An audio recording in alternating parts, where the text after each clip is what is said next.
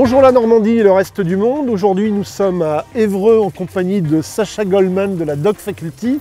Alors bonjour Sacha. Bonjour Alain.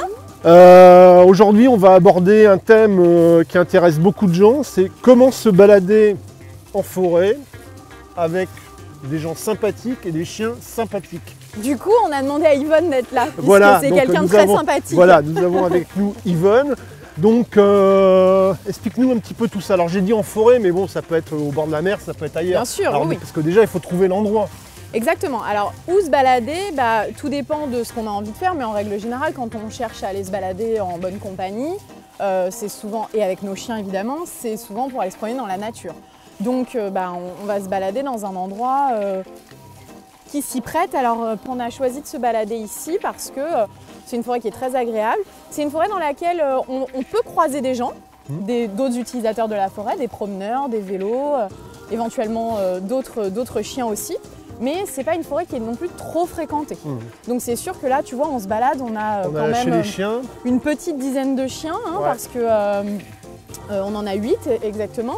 Bon, forcément, c'est sûr que c'est pas forcément un groupe si nombreux qu'on a envie de croiser d'autres chiens, par exemple, toutes les 2 minutes, si tu veux. C'est des chiens qui ont tous la capacité de croiser des gens, des vélos de manière sereine, mais on est quand même vigilant, on va pas aller se balader sur les Champs-Élysées, quoi. C'est clair. Donc ça, c'est la première chose. Donc où se balader, ça va dépendre combien on est et les capacités de nos chiens.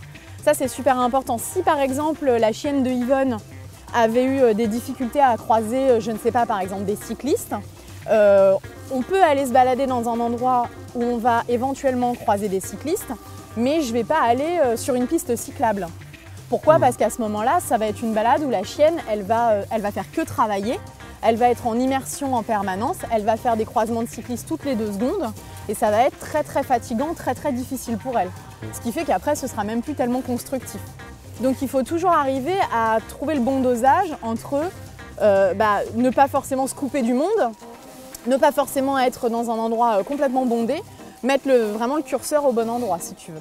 Alors Sacha, dis-moi, on peut se promener avec n'importe quel chien, avec des chiens que l'on ne connaît pas et des maîtres que l'on ne connaît pas, ou il vaut mieux qu'il y ait quand même affinité et plus on peut se balader avec un peu n'importe qui, mais en même temps, il faut faire très attention au type de chien avec lequel on va se promener, parce que tous les chiens ne sont pas forcément compatibles avec tous les chiens. C'est-à-dire que par exemple, si vous avez un jeune chien très dynamique, comme Olive, là, le petit équel. Ouais, Olive n'est pas ce que j'appellerais très dynamique, mais par exemple, prenons le cas d'Olive, je serais donc l'humain de Olive. Je voudrais aller me balader avec d'autres chiens. Ouais. Je ne pourrais pas aller me balader avec n'importe quel chien parce que Olive est un chien de petite taille et donc je pourrais par exemple pas me permettre d'aller me balader avec un jeune chien très dynamique de gros gabarit, un peu brutal, qui va probablement du coup la malmener, ne pas être suffisamment vigilant avec elle. C'est une jeune chienne, elle a 5 mois, donc c'est important qu'elle fasse de bonnes expériences. Il faut qu'elle ait devant elle un interlocuteur qui va lui être adapté. Alors là, on est avec des gros chiens, mais parce qu'elle les connaît. Oui, et puis surtout, ce sont des gros chiens, mais ce sont des gros chiens adultes qui sont calmes, qui sont polis, qui ne vont pas lui marcher dessus, etc., etc. De la même manière, quand on a un chien qui est un peu plus âgé, qui n'a pas forcément envie de subir les assauts d'un jeune chien très dynamique et un peu brutal, foufou, voilà. Donc ça va être très important, quel que soit notre type de chien, si j'ai un jeune chien timide, pareil, il va falloir que je fasse attention à qui je lui présente, etc., etc. Toujours être vraiment vigilant. Et éviter les conflits. Et éviter quelque chose qui ne sera pas adapté et qui ne sera pas constructif dans ce qu'on essaye de mettre en place avec son chien. Parce que le but, c'est quand même, 1, de passer une bonne balade, et 2, si notre chien a besoin d'évoluer sur quelque chose, qu'il ait la possibilité de le faire de manière constructive. Donc vraiment, c'est à ça qu'il faut être vigilant.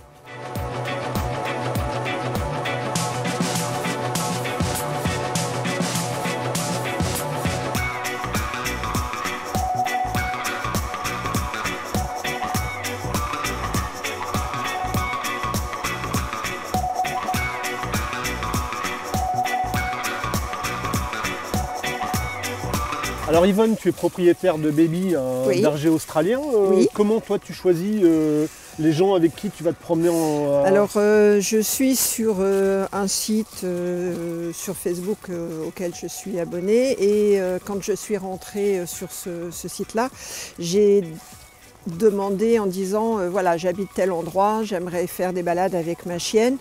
Mais j'ai quand même spécifié que j'avais un peu une a priori avec les staffs, avec les malinois, des chiens un petit peu vigoureux. Autant pour la chienne que pour moi. Parce que s'il faut que je fasse une balade en regardant le chien, en disant oh là là, attention. En étant stressé. Voilà, et donc la chienne qui est une véritable éponge va ressentir ce que je sens. Et du coup, tu auras passé un mauvais moment, exactement. Le chien aussi.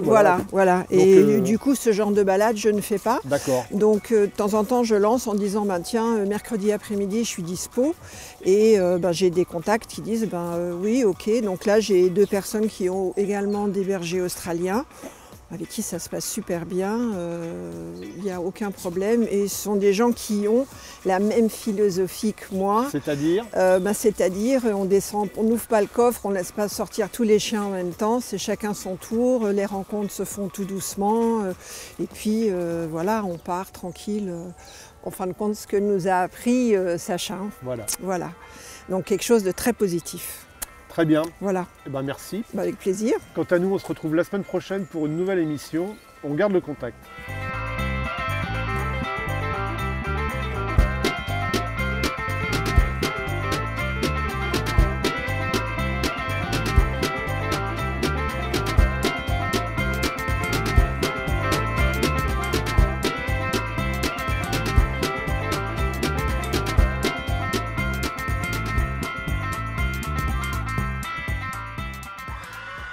Retrouvez Animaux tous les jours sur Facebook.